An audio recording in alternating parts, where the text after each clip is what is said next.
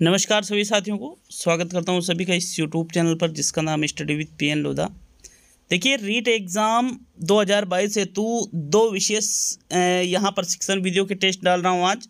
एक तो पहले डाल दिया था, एक ये है आपके तो शिक्षण विधियों के स्पेशल प्रश्न बिल्कुल एग्ज़ाम पैटर्न पर और क्वालिटी वाले प्रश्न देखने को मिलेंगे। पूरे ही प्रश्न हल करके जाना साथियों, बिल्कुल बहुत ही ज़्यादा चांसेज है कि आपके एग्ज़ाम में सेम ऐसे प्रश्न बन सकते हैं। अंतिम दिन है आपके पास, ये कल एग्ज़ाम है, सभी को बेस्ट ऑफ लक, अच्छे से एग्ज़ाम दीजिएगा। और बिल्कुल एग्ज़ाम देने के बाद में वीडियो बनाएंगे तो उसमें बिल्कुल कमेंट करिएगा कि साथियों कैसा आपका पेपर गया, कितने प्रश्न आपके लगभग सही बैठ रहे हैं। तो चलिए पहला प्रश्न देखते हैं। निम्नलिखित में से सबसे अधिक प्रभावशाली शिक्षण साधन होगा? चलचित्र, प्रदर्शन, व्याख्यान और भ्रमण। तो देखो प्रश्न संख्या 1 में सही आंसर देना है। सबसे प्रभावशाली शिक्षण का साधन क्या रहेगा इन दिए गए विकल्पों में से? राइट आंसर है आपके भ्रमण। अगर भ्रमण नहीं होता तो चलचित्र को सही करते, चलचित्र नहीं होता तो प्रदर्शन को सही करते। सबसे कम प्रभावी क्या है? व्याख्यान है साथियों। विकल्प नंबर आपका 4 सही है, क्योंकि भ्रमण के माध्यम से हम प्रत्यक्ष अनुभव करते हैं। प्रत्यक्ष अनुभव के द्वारा अगर हम किसी चीज़ को सीखते हैं तो फिर वो सबसे ज़्यादा प्रभावी माना जाता है, सबसे ज़्यादा वो याद रहता है, जल्दी सीखते हैं, स्थायी ज्ञान होता है वो। चौथा विकल्प आपके प्रश्न संख्या 1 में सही है। नेक्स्ट प्रश्न नंबर 2 पे आते हैं। आपके दूसरा क्वेश्चन है, अधिगम प्रतिफल का तात्पर्य है पाठ्य सामग्री में संशोधन, अध्यापक के व्यवहार में परिवर्तन, बालक के व्यवहार में होने वाला परिवर्तन और परीक्षा उपयोगी प्रविधियों में परिवर्तन। तो देखो अधिगम प्रतिफल का अर्थ आपको बताना। देखो अधिगम प्रतिफल का मतलब क्या होता है? बालक के व्यवहार में होने वाला परिवर्तन, उसको ही अधिगम प्रतिफल के नाम से जाना जाएगा। विकल्प नंबर आपका 3 सही है दूसरे क्वेश्चन में। हुरिस्टिक विधि का केंद्रीय सिद्धांत निम्न में से कौन सा है? अनुभवों से सीखना, परिश्रम से सीखना, स्वयं करके सीखना और अनुशासित रहते हुए सीखना। तो देखो हुरिस्टिक विधि, जिसको हम खोज विधि के नाम से भी जानते हैं, इसका केंद्रीय सिद्धांत किसको माना जाता है? स्वयं करके सीखना, जिसमें खुद करके सीखा जाता है, क्योंकि खोज करने का कार्य कौन करता है? छात्र करते हैं साथियों।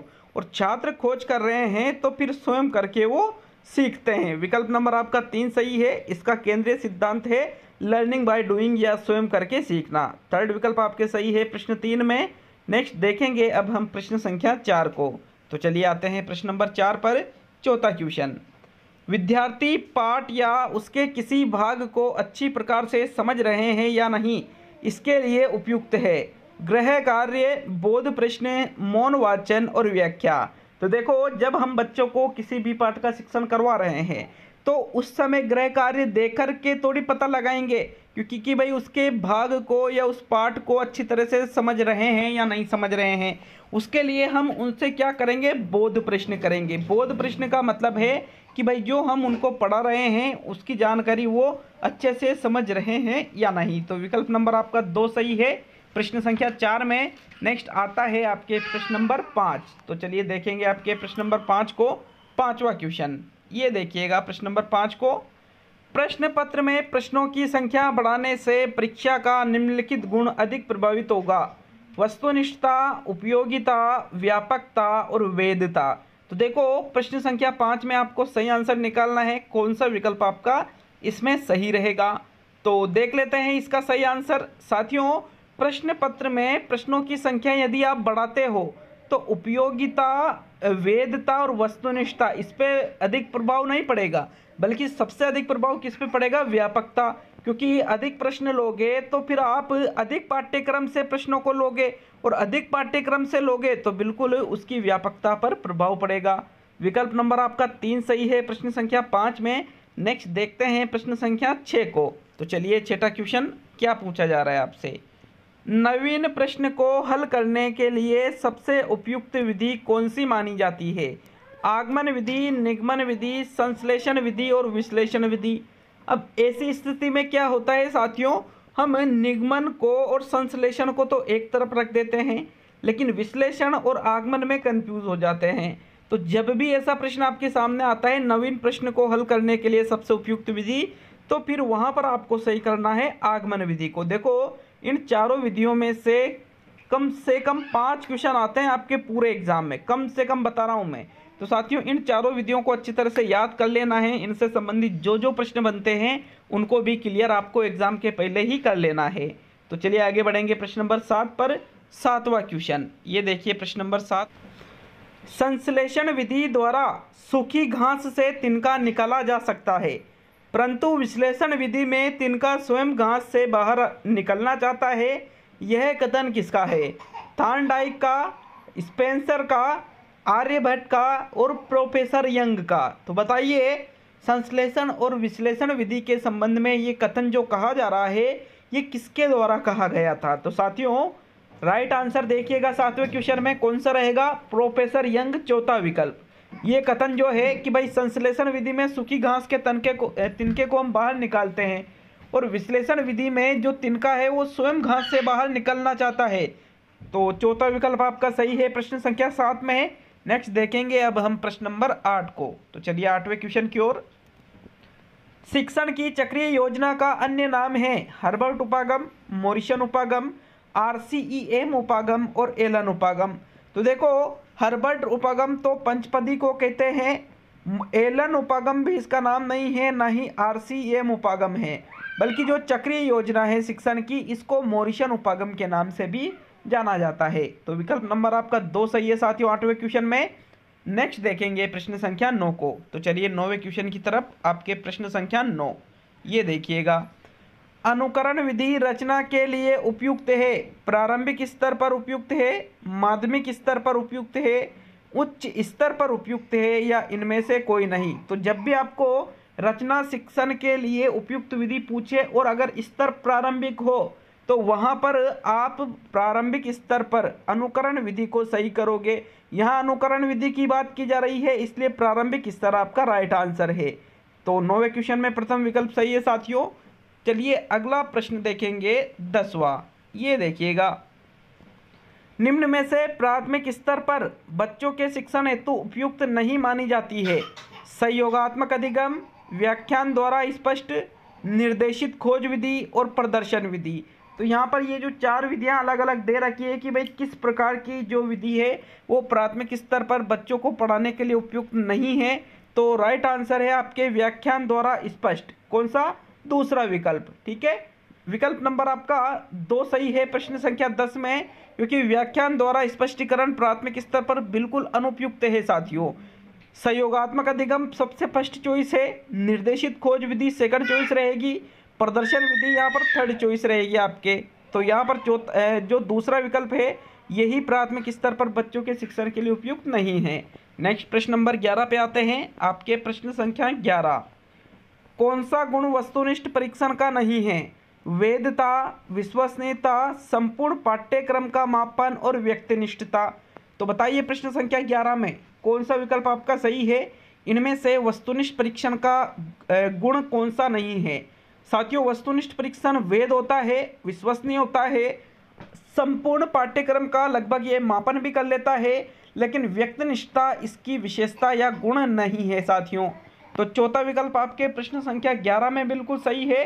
नेक्स्ट प्रश्न नंबर 12 पे चलते हैं। तो चलिए 12वें क्वेश्चन की ओर। आपके प्रश्न संख्या 12, आकलन का प्राथमिक उद्देश्य क्या होना चाहिए? रिपोर्ट कार्ड में उत्तीर्ण या अनुत्तीर्ण अंकित करना, विद्यार्थियों के लिए श्रेणी निश्चित करना, विद्यार्थियों के प्राप्तांकों के आधार पर उनको नामांकित करना, संबंधित अवधारणाओं के बारे में बच्चों की स्पष्टता तथा भ्रांतियों को समझना। बताइए प्रश्न संख्या 4 में इनमें से आकलन का प्राथमिक उद्देश्य क्या होना चाहिए? अच्छी तरह से देख लीजिए प्रश्न संख्या 12 को। राइट आंसर है 12वें क्वेश्चन में, देख लेते हैं विकल्प नंबर 4 सही आंसर है साथियों। चौथा विकल्प कि जो संबंधित अवधारणाएं हैं जिनके बारे में हम आकलन कर रहे हैं, बच्चों की स्पष्टता और भ्रांतियों को समझना कि भाई वो समझे या नहीं, यह आकलन का प्रमुख उद्देश्य या प्राथमिक उद्देश्य होना चाहिए। विकल्प नंबर आपका 4 सही है 12वें क्वेश्चन में। नेक्स्ट आगे बढ़ेंगे अब हम प्रश्न संख्या 13 पर। तो चलिए 13वें क्वेश्चन की तरफ। आपके प्रश्न संख्या 13, छात्र केंद्रित शिक्षा शास्त्र की क्या विशेषता है? यंत्रवत याद करना, केवल पाठ्य पुस्तकों पर निर्भर होना, बच्चों के अनुभवों को प्राथमिकता देना, योग्यता के आधार पर विद्यार्थियों को नामांकित करना तथा वर्गीकरण करना। बताइए इनमें से छात्र केंद्रित जो शिक्षा शास्त्र है उसकी विशेषता आपको देखनी है। एक बाल केंद्रित जो शिक्षा शास्त्र है उसकी क्या विशेषता रहेगी। 13वें क्वेश्चन को देख लीजिए अच्छी तरह से, थोड़ा टाइम ले सकते हो इस क्वेश्चन के लिए। राइट आंसर बताना है साथियों, पहला, दूसरा, तीसरा या चौथा, बताइए जल्दी। देखो राइट आंसर है बच्चों के अनुभवों को प्राथमिकता देना। ये छात्र केंद्रित शिक्षा शास्त्र की विशेषता होती है, क्योंकि अगर आप चौथे विकल्प पर गए हो तो आपका आंसर गलत है। यहाँ पर ये कह रहा है योग्यता के आधार पर विद्यार्थियों को नामांकित करना और वर्गीकरण करना। तो साथियों ये कोई छात्र केंद्रित विद्यार्थी की विशेषता नहीं होती है, छात्र केंद्रित शिक्षा शास्त्र की विशेषता नहीं होती है। विकल्प नंबर आपका थर्ड ही सही है प्रश्न 13 में। नेक्स्ट आगे बढ़ेंगे प्रश्न संख्या 14 की ओर। तो चलिए 14वें क्वेश्चन को देख लेते हैं। आपके प्रश्न संख्या 14, बालक में सर्वांगीण विकास हेतु उपयोगी है। कक्षा में छात्रों को शिक्षण के माध्यम से सिखाया जाए। छात्र व्याकरण के ज्ञान में पारंगत होने चाहिए। कक्षा में सिर्फ शैक्षिक क्रियाओं पर ही ध्यान दिया जाए। कक्षा शिक्षण के साथ सहगामी क्रियाएं कराई जाए। तो सर्वांगीण विकास किसके माध्यम से हो सकता है। 14वें क्वेश्चन में अच्छी तरह से विकल्पों को देखिएगा। देखो सहगामी और शैक्षिक और सहगामी दोनों चीजें होना चाहिए साथियों, तब जाके सर्वांगीण विकास माना जाता है। तो कक्षा शिक्षण भी हो और उसके साथ में सहगामी क्रियाएं भी कराई जाए, जिससे उसके सभी पक्षों का विकास हो, चाहे उसका कोई सा भी पक्ष हो, ज्ञानात्मक, भावात्मक, क्रियात्मक। तो साथियों चौथा विकल्प आपके सही रहेगा प्रश्न नंबर 14 में। नेक्स्ट आगे बढ़ेंगे अब हम प्रश्न नंबर 15 पर, क्योंकि यहाँ पर तीसरा विकल्प ये कह रहा है कि सिर्फ शैक्षिक क्रियाओं, तो इससे ही पूरा काम नहीं चलेगा, शैक्षिक क्रियाओं से भी सिखाना जरूरी होता है। तो नेक्स्ट प्रश्न नंबर 15 पे आते हैं। आपके 15वां क्वेश्चन, भाषा शिक्षा के अंतर्गत सुनने का अर्थ है ध्वनि संकेतों का श्रवण, बोधपूर्वक सुनना, ध्वनि संकेतों को द्वितीय में बदलना और इनमें से कोई नहीं। तो सुनने का अर्थ किससे लिया जाता है भाषा शिक्षा के अंतर्गत। प्रश्न संख्या 15 में सही आंसर का चयन करना है। कौन सा है, प्रथम, दूसरा, तीसरा या चौथा विकल्प। बहुत ही इंपॉर्टेंट क्वेश्चन है, एक एक क्वेश्चन। तो राइट आंसर है इसका भाषा शिक्षा के अंतर्गत सुनने का अर्थ होता है बोधपूर्वक सुनना, मतलब सुन करके उस चीज को समझना भी चाहिए। ये विकल्प आपका सही है साथियों प्रश्न नंबर 15 में। नेक्स्ट आता है आपके प्रश्न नंबर 16। तो चलिए 16वें क्वेश्चन की ओर। आस्था, श्रद्धा, प्रेम, सहृदयता और संवेदनशीलता के गुण शिक्षण के किस उद्देश्य के अंतर्गत आते हैं। रचना कार्यों में भौतिकता लाना, सद्वृत्तियों का विकास करना, भाषा तत्व का ज्ञान प्राप्त करना, साहित्य का रसास्वादन करना। तो 16वें क्वेश्चन में राइट आंसर देना है। कौन सा विकल्प आपका सही रहेगा साथियों 16वें क्वेश्चन में। तो देख लेते हैं। यहाँ पर एक शब्द है आस्था, दूसरा है श्रद्धा, तीसरा है प्रेम, सहृदयता और संवेदनशीलता। ये जो 4-5 शब्द है ये हमें सद्वृत्तियों के बारे में बता रहे हैं, अतः यह सद्वृत्तियों के विकास करने के अंतर्गत आ जाते हैं। सेकंड विकल्प आपके 16वें क्वेश्चन में सही है साथियों। नेक्स्ट देखेंगे आपके प्रश्न संख्या 17 को। तो चलिए 17वें क्वेश्चन की ओर। भाषा तत्वों का ज्ञान प्राप्त करना, तो यहाँ पर गद्य शिक्षण का उद्देश्य होता है या फिर ज्ञानात्मक शिक्षण का उद्देश्य होता है साथियों। साहित्य का रसास्वादन करना, यहाँ पर आपके पद्य शिक्षण का उद्देश्य होता है। ठीक है, यहाँ पर नेक्स्ट प्रश्न नंबर 17 की ओर बढ़ते हैं। तो चलिए 17वें क्वेश्चन को देखेंगे। निम्नलिखित में से कौन सी श्रव्य दृश्य सामग्री है। वृत्त चित्र, बुलेटिन बोर्ड, चित्र विस्तारक यंत्र और फ्लैनल बोर्ड। तो बताइए इनमें से दृश्य श्रव्य सामग्री कौन सी है। प्रश्न संख्या 17 में राइट आंसर देखो फ्लैनल बोर्ड यहाँ पर एक दृश्य सामग्री है, चित्र विस्तारक यंत्र दृश्य सामग्री है, बुलेटिन बोर्ड दृश्य सामग्री है, लेकिन जो वृत्त चित्र है ये श्रव्य दृश्य सामग्री के अंतर्गत आती है। देखो वृत्त चित्र का मतलब क्या होता है साथियों। तो यहाँ आपका प्रथम विकल्प सही है प्रश्न नंबर 17 में। नेक्स्ट देखेंगे अब हम प्रश्न संख्या 18 को। तो चलिए 18वें क्वेश्चन की ओर। आपके प्रश्न संख्या 18, निगमन विधि का मार्ग है खोज का, अनुकरण का, खेल का और उदाहरण का। तो देखो निगमन विधि में बच्चों को पहले सूत्र बता दिए जाते हैं और उसके बाद में जो समस्याएं हैं, जो प्रश्न हैं, उनको हल किया जाता है। तो इसलिए निगमन विधि का मार्ग खोज का मार्ग नहीं मान करके अनुकरण का मार्ग माना जाता है साथियों। विकल्प नंबर आपका जो 2 है वही सही आंसर है प्रश्न संख्या 18 में। तो चलिए नेक्स्ट प्रश्न नंबर 19 की ओर बढ़ेंगे। आपके प्रश्न संख्या 19 देखिएगा। 19वें क्वेश्चन को, इकाई विधि का दोष है कौशल अविकसित करना, प्रशिक्षण की विधि होना, कर्मिकता का अभाव होना और शिक्षण सामग्री का बंटवारा। तो इकाई विधि में क्या करते हैं, इसमें अधिकतम 6 दैनिक पाठ योजनाओं को न्यूनतम 1 दैनिक पाठ योजना सम्मिलित होती है। अब यहाँ पर एक से अधिक दैनिक पाठ योजनाएं सम्मिलित करके उसको अलग अलग प्रकरणों को एक साथ पढ़ाया जाता है।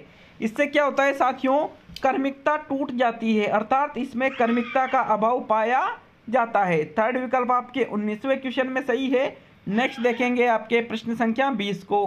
तो चलिए 20वें क्वेश्चन की ओर बढ़ेंगे। आपके प्रश्न संख्या 20, उपलब्धि परीक्षण का अंतिम सोपान है समस्या का चुनाव करना, समय का निर्धारण करना, नील पत्र बनाना और अंक तालिका का निर्माण करना।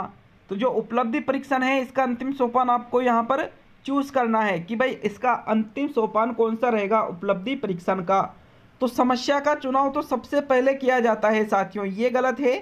नील पत्र निर्माण जो पेपर है वो बनाने से पहले किया जाता है, ये भी गलत है। समय निर्धारण भी पहले ही कर लिया जाता है, लेकिन अंक तालिका निर्माण सबसे बाद में किया जाता है। इसलिए 20वें क्वेश्चन में आपके चौथा विकल्प बिल्कुल सही रहेगा। नेक्स्ट आता है आपके प्रश्न संख्या 21। तो चलिए 21वें क्वेश्चन की ओर। आपके 21वां क्वेश्चन है, मॉन्टेसरी विधि का उपयोग करते हैं, मौन वाचन में करते हैं, सस्वर वाचन में करते हैं, लेखन शिक्षण में करते हैं, या इनमें से सभी में मॉन्टेसरी विधि का उपयोग किया जाता है। देखो, मॉन्टेसरी विधि का उपयोग मौन वाचन में तो बिल्कुल भी नहीं किया जाता है साथियों, बल्कि मॉन्टेसरी विधि जो कि ज्ञानेंद्रियों के प्रशिक्षण पर बल देती है, इसमें लेखन शिक्षण में इसका उपयोग करते हैं। थर्ड विकल्प आपका सही है, लेखन शिक्षण पर ही इसमें जोर दिया जाता है। तो चलिए आगे बढ़ेंगे प्रश्न संख्या 22 पर।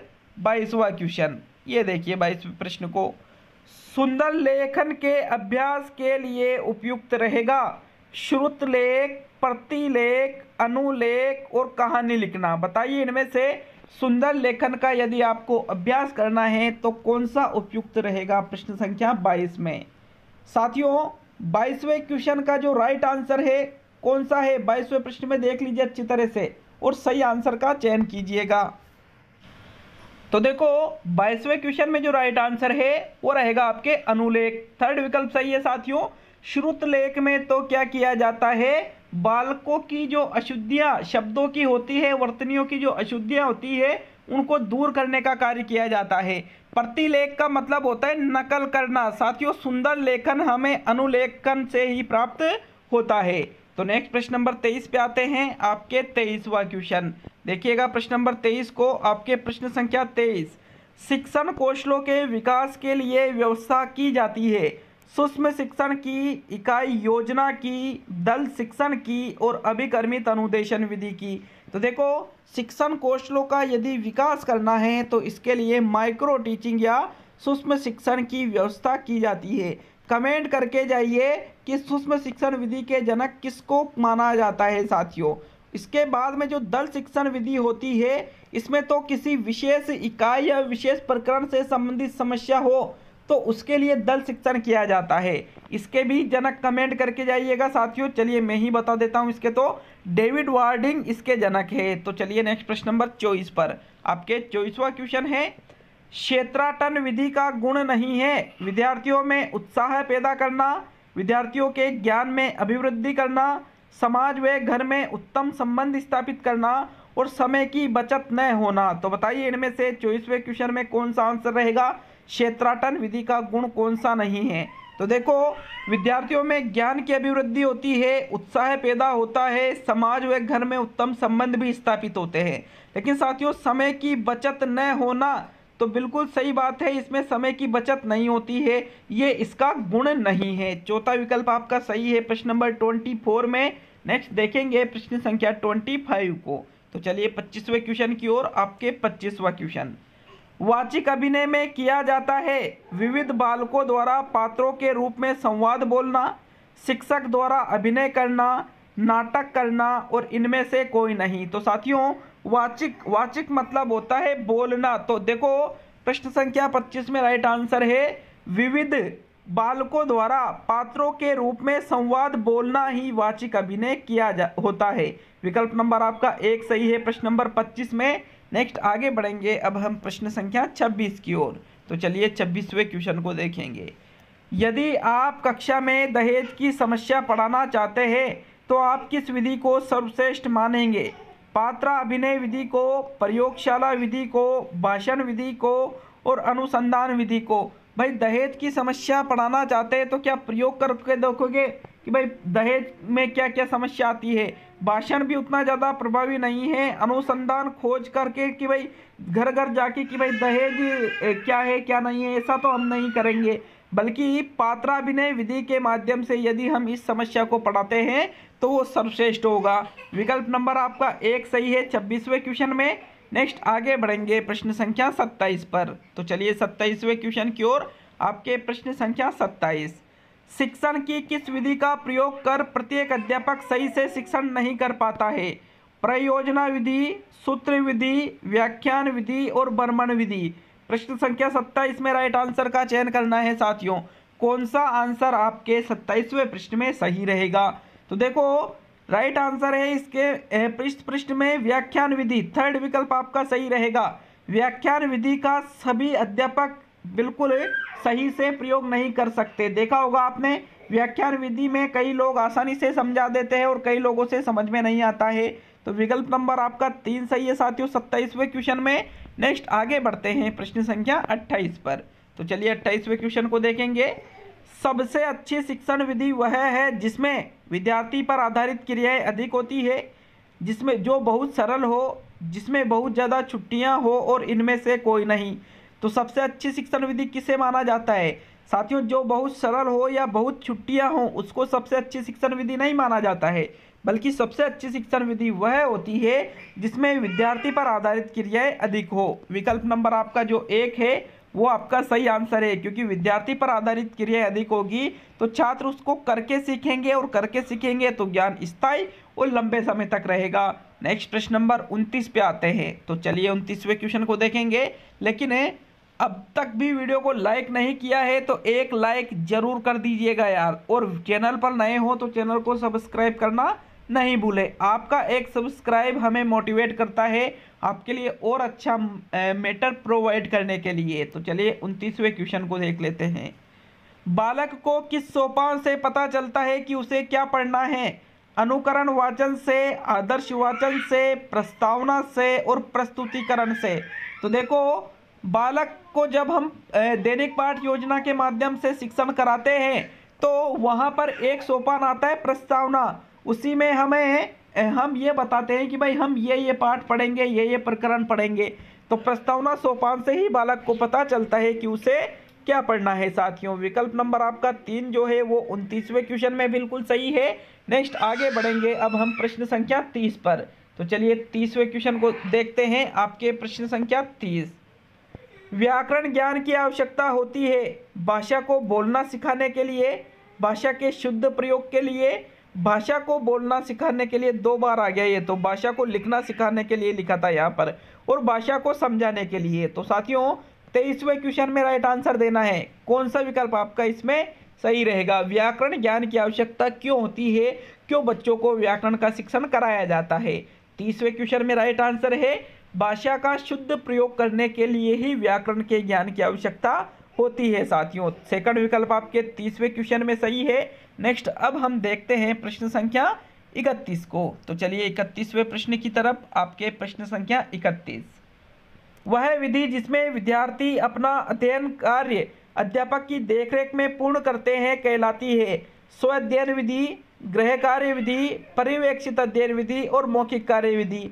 तो देखो गृह कार्य में तो घर पर कार्य किया जाता है, स्व अध्ययन में खुद ही संपूर्ण अध्ययन बालक करता है, और जिसमें अध्यापक की देखरेख में बालक अध्ययन का कार्य करे उसको हम पर्यवेक्षित अध्ययन विधि के नाम से जानते हैं। जनक कौन है? Daisy John Morville. विकल्प नंबर आपका 3 सही है साथियों प्रश्न संख्या 31 में। नेक्स्ट देखेंगे अब हम प्रश्न संख्या 32 को। तो चलिए 32वें प्रश्न की ओर, आपके प्रश्न संख्या 32। कविता शिक्षण का प्रमुख उद्देश्य है शब्दार्थ बोध, मापन क्षमता, मनोरंजन और भावानुभूति। देखो इसी तरह से आपके एग्जाम में प्रश्न पूछे जाएंगे, अच्छी तरह से याद रखना, इसलिए पूरा ध्यान यहीं पर होना चाहिए आपके। प्रश्न संख्या 32 में राइट आंसर बताइए, कविता शिक्षण का इनमें से प्रमुख उद्देश्य क्या रहेगा। तो राइट आंसर है आपके, कविता या पद्य शिक्षण का प्रमुख उद्देश्य होता है रसानुभूति व भावानुभूति कराना। विकल्प नंबर आपका 4 सही है साथियों 32वें क्वेश्चन में। नेक्स्ट देखेंगे अब हम प्रश्न संख्या 33 को।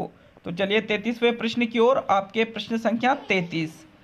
भाषा संसर्ग विधि उपयोगी है पद्य शिक्षण में, गद्य शिक्षण में, व्याकरण शिक्षण में और लेखन शिक्षण में। तो बताइए इनमें से भाषा संसर्ग विधि किसमें उपयोगी मानी जाती है साथियों। राइट आंसर है आपके, भाषा संसर्ग विधि व्याकरण शिक्षण में एक उपयोगी विधि मानी जाती है और इसका प्रयोग भी व्याकरण शिक्षण में किया जाता है। विकल्प नंबर आपका 3 सही है 33वें क्वेश्चन में। नेक्स्ट आगे बढ़ेंगे अब हम प्रश्न संख्या 34 पर। तो चलिए 34वें क्वेश्चन को देखते हैं। प्रस्तावना का मूल आधार होता है पूर्व ज्ञान, सहायक सामग्री, शिक्षण उद्देश्य या समस्यात्मक प्रश्न। तो बताइए प्रस्तावना प्रश्न का मूल आधार किसको माना जाता है। प्रश्न संख्या 34 में राइट आंसर का चयन करना है मित्रों। कौन सा रहेगा 34वें प्रश्न में। प्रस्तावना का मूल आधार पूर्व ज्ञान होता है, क्योंकि प्रस्तावना में जो हम प्रश्न पूछते हैं वो पूर्व ज्ञान पर ही तो आधारित होता है। भाई प्रश्न किस पर आधारित होते हैं, पूर्व ज्ञान पर आधारित होते हैं। और जो भी प्रश्न हम पूछते हैं भाई अंतिम प्रश्न समस्यात्मक और इसके पहले के प्रश्न सारे ही बच्चों को आते हैं वो पूछते हैं साथियों। इसलिए आपका पूर्व ज्ञान वाला जो विकल्प है 34वें क्वेश्चन में यही सही आंसर है। ये बहुत इंपॉर्टेंट क्वेश्चन है, पूर्व ज्ञान याद रखना हमेशा लाइफ में, ठीक है।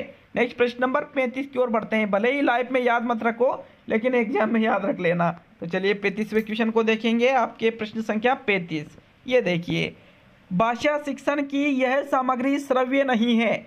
लिंगुआफोन, ग्रामोफोन, टेप रिकॉर्डर और गिनतारे। बताइए कौन सी सामग्री इनमें से श्रव्य नहीं है।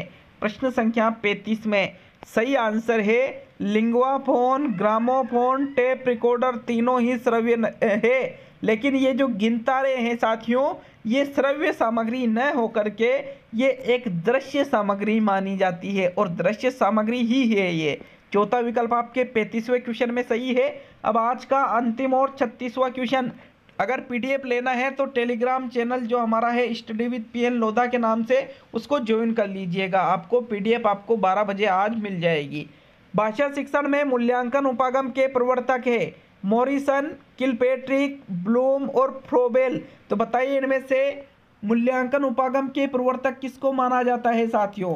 प्रश्न संख्या 36 में राइट आंसर है भाषा शिक्षण में मूल्यांकन उपागम के प्रवर्तक बीएस ब्लूम को माना जाता है। थर्ड विकल्प आपके 36वें क्वेश्चन में सही है। कमेंट करके जाइए कितने क्वेश्चन सही हुए हैं। अगर किसी भी प्रश्न पर डाउट हो तो उसके लिए भी जरूर कमेंट